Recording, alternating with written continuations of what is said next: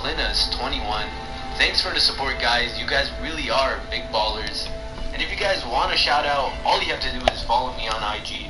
But enough talking, today's video is about Ricky Barry. He was an NBA player for the Sacramento Kings back in 1988, and he was on his way to become a great player since he had such a successful rookie season. But knowing his utmost potential is impossible now, since, well, it all came to a tragic end. But anyways, let's go back and start the story at the beginning. The Kings moved to Sacramento in 1985, going from the Kansas City Kings to Sacramento Kings. They had a couple losing seasons and really needed some talent. They had the 18th pick in the 1988 NBA draft, and were hoping to somehow get a great player with such a high pick. And they chose Ricky Barry from San Jose State University. And Ricky's rookie campaign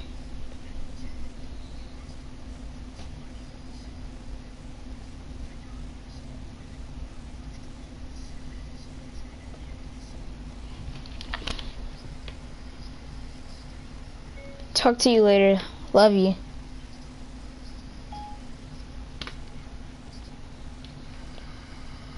was great.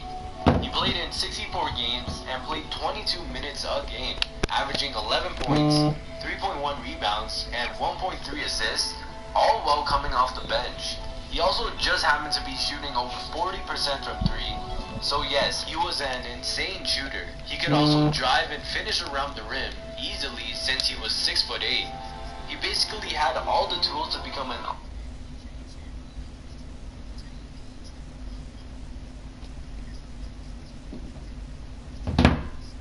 all-star in the future. Sadly, the Kings didn't have a very successful season that year, going 27-55, but Ricky was in for a bigger role next year and would have likely finally received a starting spot. And after researching and finding first-hand experience of people who actually watched Ricky play, since of course I wasn't born then, but they all had said they thought Ricky was going to be the future of the Kings. He was just that talented. As the season ended and the off-season began, Ricky was ready to take that next step, so he spent that summer working out to add weight on him. And he told everyone that he was going to really improve in his second season, and everyone was expecting him to do just that. But here's where it all went downhill. So on the night of August 13th, 1989, Ricky and his wife were arguing back and forth until when his wife had enough and left the house to go sleep elsewhere. Nobody really knows what they were arguing about, but if his wife would just get up and leave and sleep somewhere else, it had to be really serious. So she left and came back the next morning, only to find Ricky dead on the floor.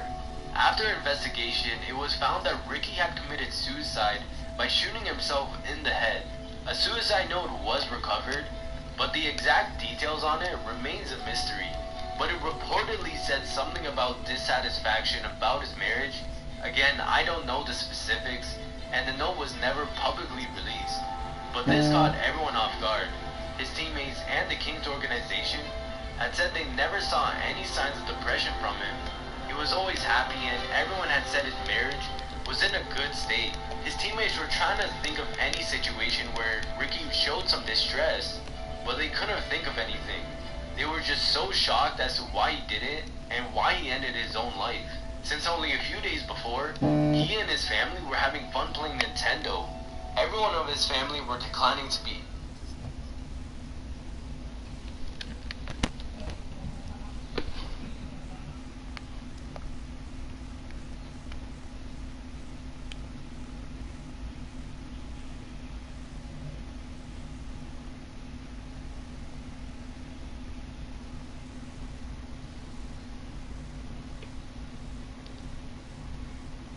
interviewed. Ricky's father, sister, everyone, including his wife, they all declined. His father even became the new assistant coach of the Kings right before his son's death.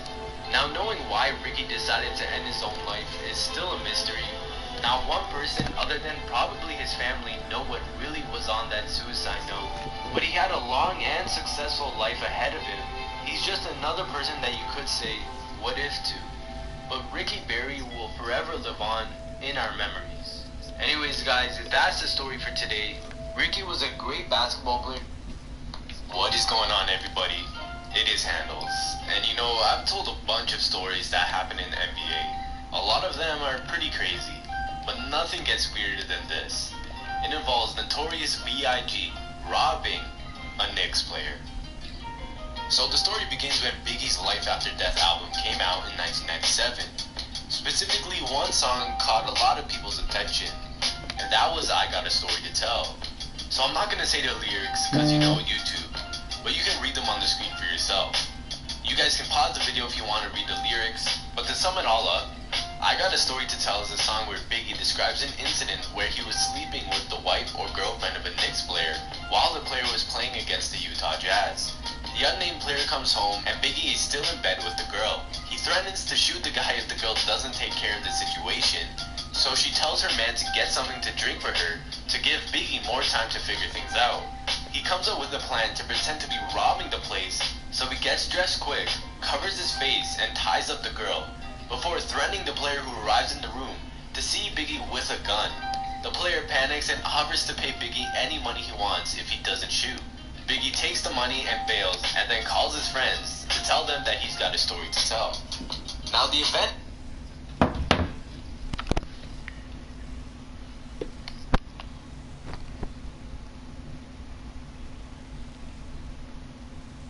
is said to happen in 1995, and at first I'm sure most people thought this was pretty unbelievable. Even I didn't believe it at first, because it's just too crazy of a story, and to especially mention in public. But nonetheless, everyone wanted to know who Biggie was talking about. There were a lot of people it could have been.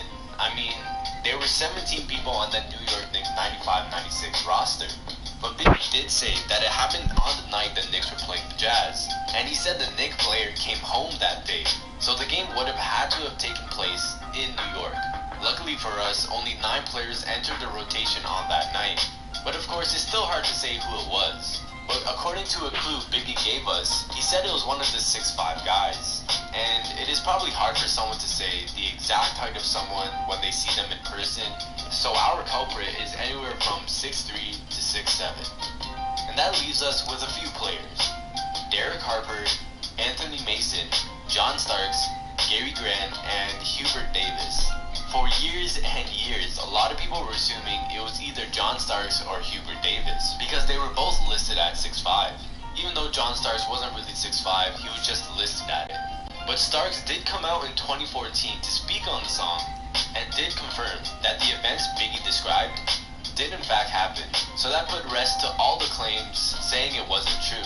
Starks also did say it wasn't about him, since he's not even 6'5", but it was about one of his former teammates. He wouldn't mention who though, to keep their privacy.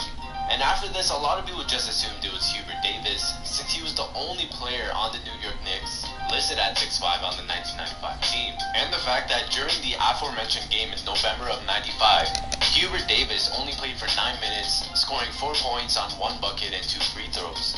Davis was a 3-point specialist that averaged 10 points per game that season, and this subpar performance makes him the most likely Knicks player to leave the locker room early after the game and head home to be consoled by his wife. Boy, was he wrong. But finally, in 2016, Fat Joe, in an interview on ESPN, revealed who it was. And it was Scary Anthony Mason. Pretty sure that caught a lot of people off guard, since just look at him. He has those scary eyes. Makes him look like a guy you don't want to mess with. Kinda like Bobby Portis. But rest in peace to him. Anthony Mason passed away in 2015 at the young age of 48. Kinda leaves a sour taste in your mouth knowing that's what happened to him back in 1995.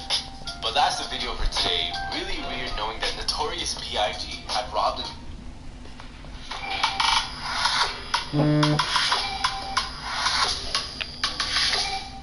What is going on, everybody? It is Handles, and teams make deals all the time in the NBA.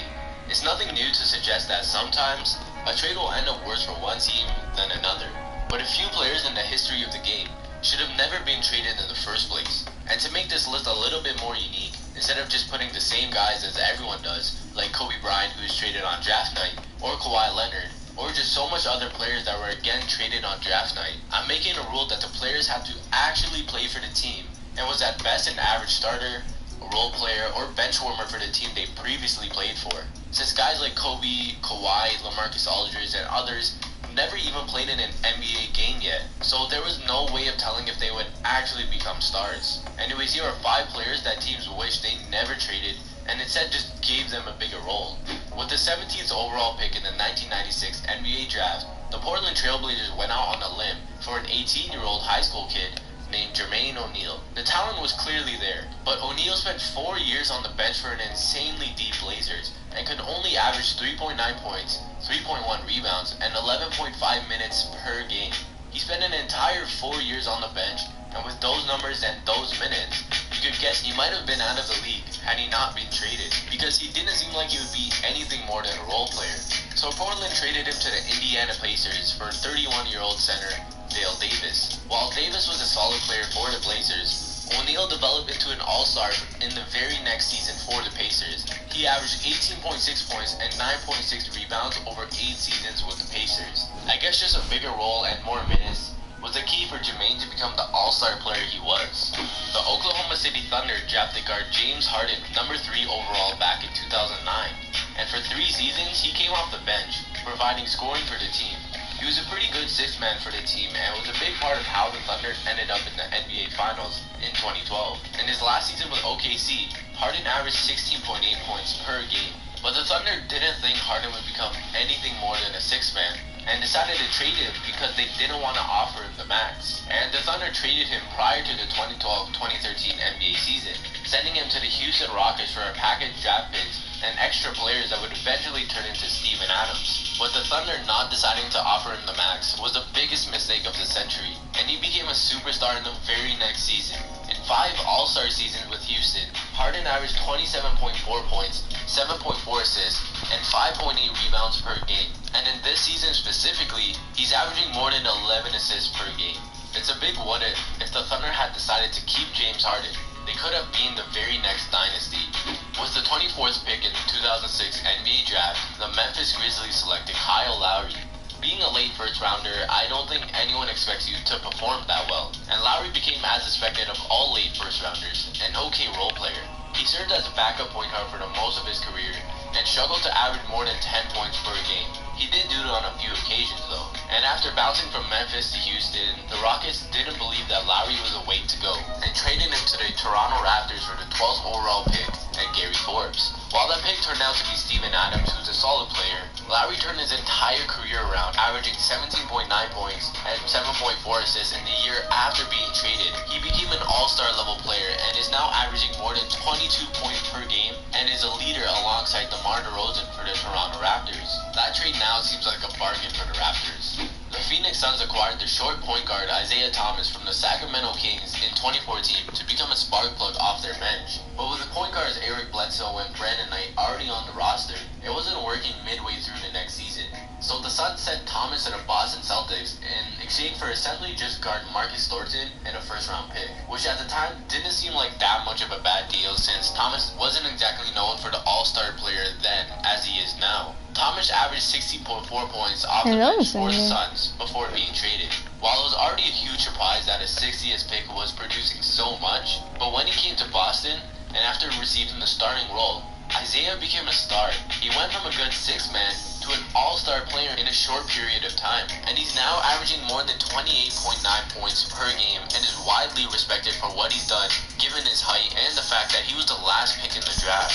Another bad trade from the franchise in Washington, and there are a few, but this one involved center Ben Wallace. The Wizards originally signed a defense-oriented big man after he went undrafted in 1996. They developed him as a quality reserve who rebounded and blocked shots. But after his 3rd year with the Wizards, when Wallace averaged 6 points, 8.3 rebounds, and 2 blocks per game, the Wizards traded him in a package deal to land uninspiring Orlando Magic center Isaac Austin.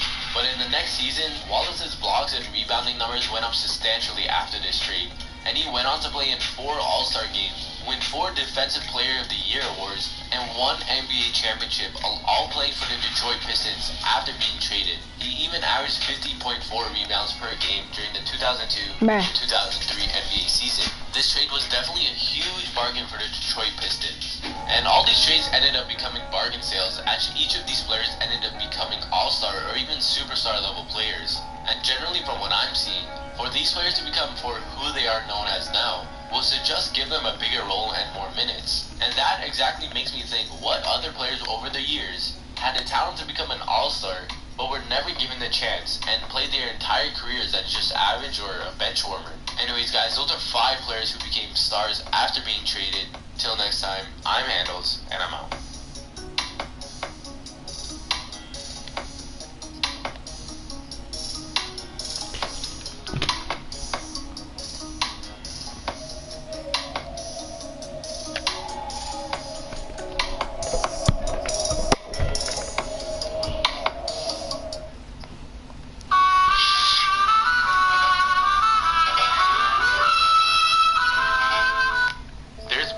All-stars throughout the NBA's history, and most of them were all great players, or great players for that one season. But there's been some really questionable all-stars throughout the years. Some were just plain average starters and somehow made the all-star team. But today, we're going to find out who was the worst of them all. What's going on, everybody? It is Handles, and I'd just like to say I made an Instagram, and yes, that's me. So I guess this is kind of like a face reveal. But so if you're fans of me, go follow it. I'll be posting a bunch of clips of me playing basketball over there. And if I decide to do a Q&A, I'll get you guys to ask me questions in the comments on any of my pictures. Might even do a special giveaway for my Instagram and Twitter followers. But go follow it and show me some love there. But anyways, today's video is about the worst players to ever make the All-Star team. I want to give a special mention to Yao Ming in 2011, but not because he was a bad player, but because he retired 5 games into the season, and the fans still voted him in to be a starter. Of course, I'll let that slide since he probably would have put up all-star numbers had he not get injured and retired. But anyways, at number 3 is Jamaal Magloire. He was voted in by the coaches and was putting up 13.6 points and 10.3 rebounds per game. Now, especially when bigs were more prominent back in 2004, those just sound like complete average numbers. Most starting bigs today would average this. And I was wondering how he even made the All-Star team if his numbers were just average. Well, that was because centers were pretty dry in the East that year. The West had Dirk, Shaq, Garnett, and Duncan, while the East had Ben Wallace, Jermaine O'Neal, and Jamaal Magloire. Yeah, with that much lack of talent in the East, Magloire was just ended up given an All-Star spot, and this was his only All-Star year. For number 2 is B.J. Armstrong, and this one really gets me. While the numbers were complete average, he somehow got the fans to vote him in to be a starter in the All-Star team. If the fans never did that, I doubt the coaches would have selected him. He was averaging 15.8 points, 2.3 rebounds, and 4 assists per game that season. Yeah, that doesn't sound like All-Star starter numbers at all. And he was voted in 1994 and was on the Bulls. So I'm guessing everyone was sad that Michael Jordan retired and just decided to vote him instead, even though clearly he didn't deserve it. And now finally, for the worst player to ever make the All-Star team is James Donaldson in 1988. And trust me, you would think this guy was just an average role player, but no, somehow he was voted in by the coaches while he was averaging 7 points and 9.3 rebounds per game that season. Yes, I know it sounds crazy, and what's even worse about it is that there were clearly more deserving centers on his own team that should have been there over him. For example, his teammate Rory Tarpley, who was averaging 13.5 points and 11.8 rebounds, and same with Sam Perkins. Both of these guys who were his teammates deserved that spot over him. So yeah, it's pretty bad, and James Donaldson is in fact the player who put up the lowest numbers as an All-Star. And those were the 3 worst NBA players to ever make the All-Star team. There's a bunch of other players who put up mediocre numbers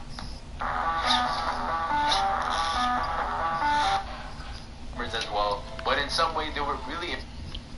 What is going on, everybody? It is Handles, and throughout NBA history, there have been so many triple-doubles.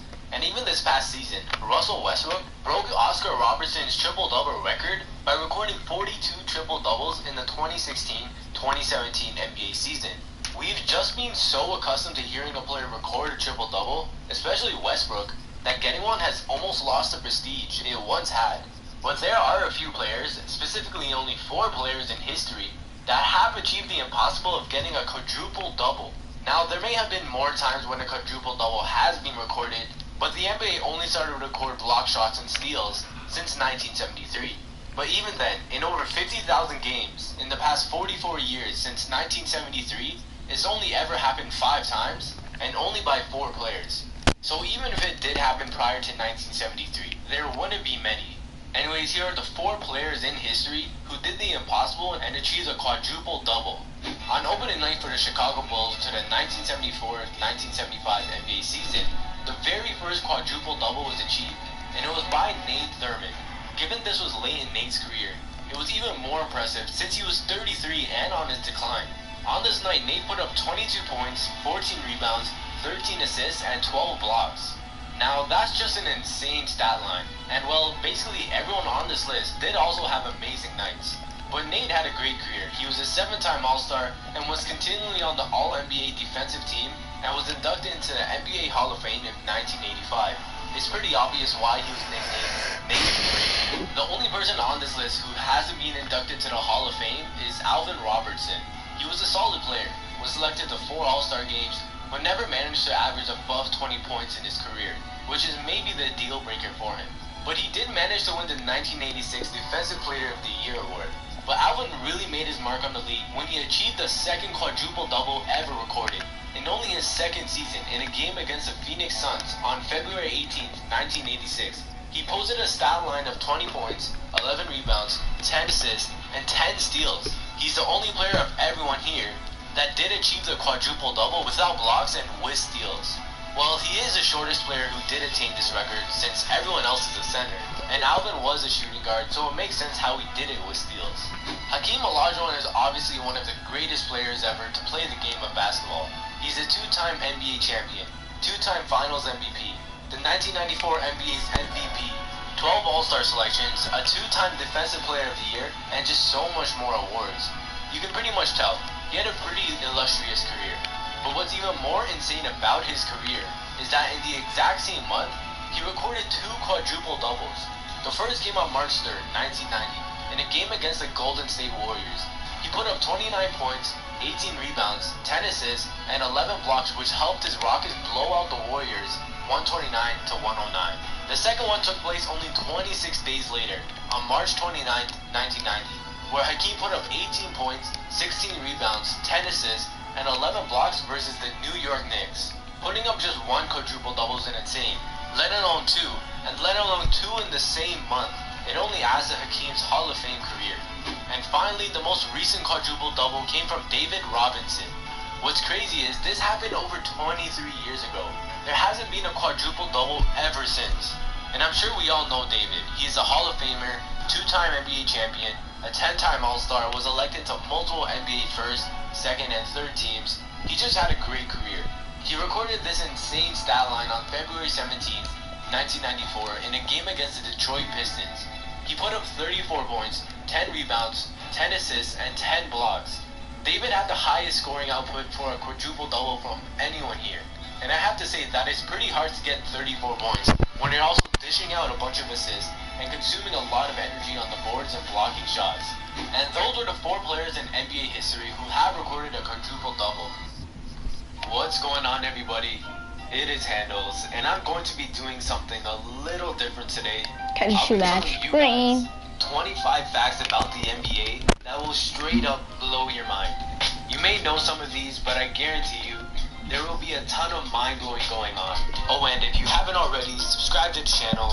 And this video is sponsored by nobody. Okay, so just sit back, relax, and enjoy the video. For 5 consecutive seasons, Manute Bol blocked more than 10% of all 2-point shots while he was on the floor. Not a single person has ever come close to that feat. Manute Bol had more career blocks than points scored. In the last 21 years, the Spurs were a sub-500 team for only 48 days. The next closest is the Mavericks at around 700 days. Just shows the success the Spurs have always had. John Stockton would still be the all-time assist leader, even if he didn't play the last 6 seasons of his career. Dwight Howard missed more free throws in a single season than Steve Nash in his whole career. Kareem Abdul-Jabbar almost joined the ABA instead of the NBA, but then the ABA commissioner forgot to give Kareem a $100,000 check up front, which killed any chance of Kareem joining them. Kareem Kareem invented the skyhook, or the unblockable shot, and perfected it. And no other player has been able to use that as effectively as him ever. Darren Williams, Raymond Felton, and JJ Barea were all on the same team at one point, and they were all born on the same day and same year. Westbrook has the same number of MVPs and scoring titles as Kobe Bryant. The Thunder have won 6 of the last 8 scoring titles. Kendrick Perkins is only 1 month older than LeBron James, and it just so happens that Al Jefferson is also younger than LeBron. Tim Duncan, who averaged 2.2 blocks per game over his career, has less goaltends than seasons played.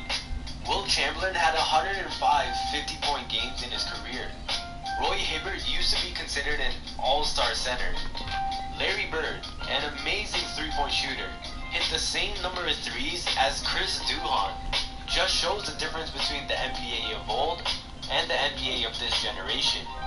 No player in NBA history has ever had a single season average of 30 points and 20 rebounds per game, except Wilt Chamberlain, who did it for 7 consecutive seasons. Scottie Pippen and LeBron James played in the NBA at the same time. Shaq only made $60,000 off his platinum album. Nick Collison played his entire career with one organization and doesn't lead any stat category. Wilt Chamberlain played 49 minutes per game one season. Yes, he averaged more minutes than the regular game time of 48.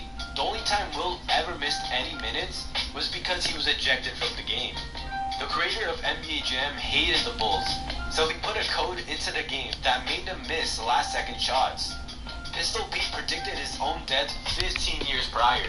In 1974, he said, "I don't want to play 10 years in the NBA, then die of a heart attack at age 40. What do you know? Exactly after playing 10 years into the NBA, he sadly dies at age 40. That's honestly a crazy prediction. Will and Bill Russell will probably be the only players ever to reach the 20,000 rebound club. LeBron James has never been seriously injured. And lastly, the Golden State Warriors blew a 3-1 lead in the 2016 NBA Finals. Anyways, guys, those are 25 mind-blowing facts about the NBA. I knew some, but I didn't know most, and as I was researching them, they were really blowing my mind. But I hope you all enjoyed the video. I for sure had a lot of fun making this one. And make sure you guys subscribe to the channel. And as always, guys,